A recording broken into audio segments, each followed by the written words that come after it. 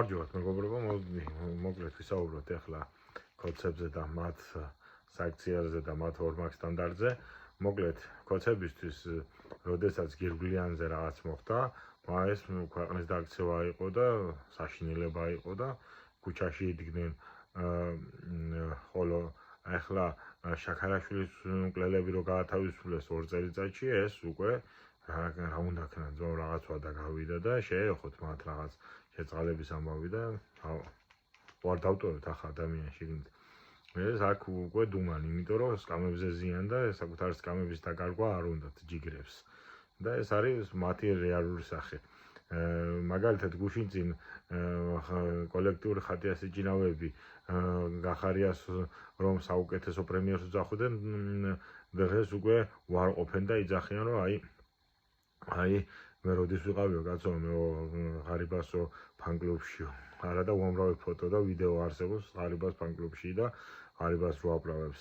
მე გავანებოთ ესედნი არიან კოლექტიური კოცები და გავანებოთ ახლა ამ ყველაფერს თავი და ერთ რამეს მივააქციოთ ყურადღება. ჯერ კობახიძე იძახოდა ჩვენი გუნდის წევრსო, ფული რო დაუდო წინო, ხელის გამყევი არ არისო და რა იღებსო და აგერ ღარიბამ სუსტან აღიარა რომ უკანონო შემოსავლებსო იმავშრობოდიო, კაცო ვიღებდიო და ვათეთრებდიო და ეს აღიარა, ხო და ტიპი პირველ პრემიერობის დროსაც იმიტომ გადააყენეს რომ კორუფციული კითხვები იყო მის მიმართ, ცნობილია იქ ჩანყარაშვილი, მისი ცოლის დეიდაშვილის ამბავი და სხვები და ის მეორედ დააბრუნდა და კაცი მაინც არ მოეშვა. არა და კოცებო, ხო იძახოთ ჩვენი მთავრობაო, კაცო, იმისო ბიუჯეტის გამჭირვალობის მიხედვით თუ მეორეაო მსოფლიოში თუ მესამეო თუ სამეულში შედისო. კი, გამჭირვალე ყოფილა, კი. ტიპს 7 მილიონი აღმოუჩინეს და 500 მილიონი ზედაებით და გამჭირვალეა, კი. აი მე თქვენი უსინდისო თავი რა ვთქვი. აი ეს ახართ კოლექტიური კოცები რა, კოლექტიურები და ბოლოს ერთ რამესაც ვიტყვი რა, ბიძინამ ყველას დაგადოთ თქვენი სახელი რა.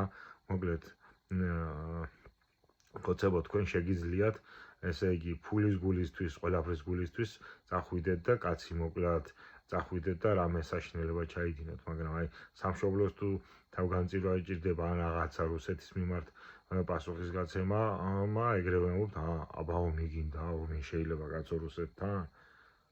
ოხ, მე თქვენი გამოიწერეთ ჩვენი არხი იდეატივი, აბა თქვენცით.